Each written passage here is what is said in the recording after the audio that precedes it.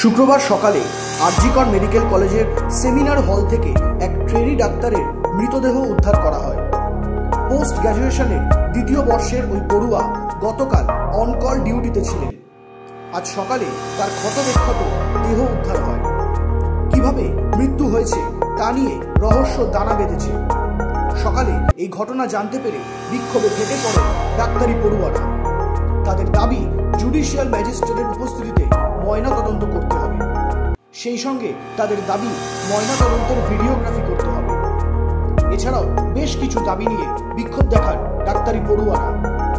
এ বিষয়ে PGT second ইয়ারের ছাত্র department of medicine Arif Ahmed Laskar জানান, সেজন্য আমরা রেসিডেন্ট ডক্টর অ্যাসোসিয়েশনের পক্ষ থেকে আমরা highest level of medical college principal sir এবং এমএসভিপি স্যারের সঙ্গে আমরা ছিলাম এবং পুলিশ কমিশনার ছিলেন। সেখানে আমরা আমাদের দাবিগুলো রেখেছি।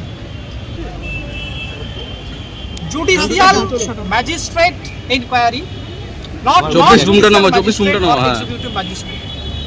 এবং সেটা আমরা অ্যাডমিনিস্ট্রেশনের কাছে বলেছি যে যেভাবে তার প্রপার মেডিকেল লিগাল ওয়েতে জুডিশিয়াল ম্যাজিস্ট্রেট অ্যাপয়েন্ট করে এর ইনকোয়ারি স্টার্ট করতে। আবার দাদা মোবাইলটা ওই তুলে দিল আমার সামনে। নাম্বার 2, আমার দাদা একটু মোবাইলটা, আরে আমার নাম আসতে সঞ্জয় এই পোস্টমর্টেম তোমার আন্ডার ম্যাজিস্ট্রেট ইনকোয়ারি যে হবে এইটাতে আসছে যে এখানে তোমার কথা বলছি না। আমাদের ফিমেল পিজিটি 5 জন প্রতিনিধি থাকবে, ফ্যামিলি মেম্বার তারা অবশ্যই থাকবে, জুডিশিয়াল ম্যাজিস্ট্রেট থাকবেন in front of him, not executive magistrate. I am saying judicial magistrate, and the whole process to be videography.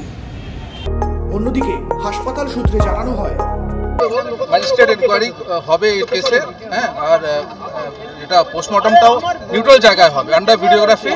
আর এটা মেম্বার 3 মেম্বারের কমিটি হবে, ওরাই পোস্টমর্টম করবে। ঠিক আছে, এটা একদম নিউট্রাল ইনভেস্টিগেশন হবে। We also want what ever the truth is, it should come out. যদিও ইতিমধ্যে আরজিকর হাসপাতালে এসেছেন পুলিশ কমিশনার বিনীত গোয়েল, রয়েছেন ফরেনসিক বিশেষজ্ঞরা। ব্যুরো রিপোর্ট, নজরে বাংলা।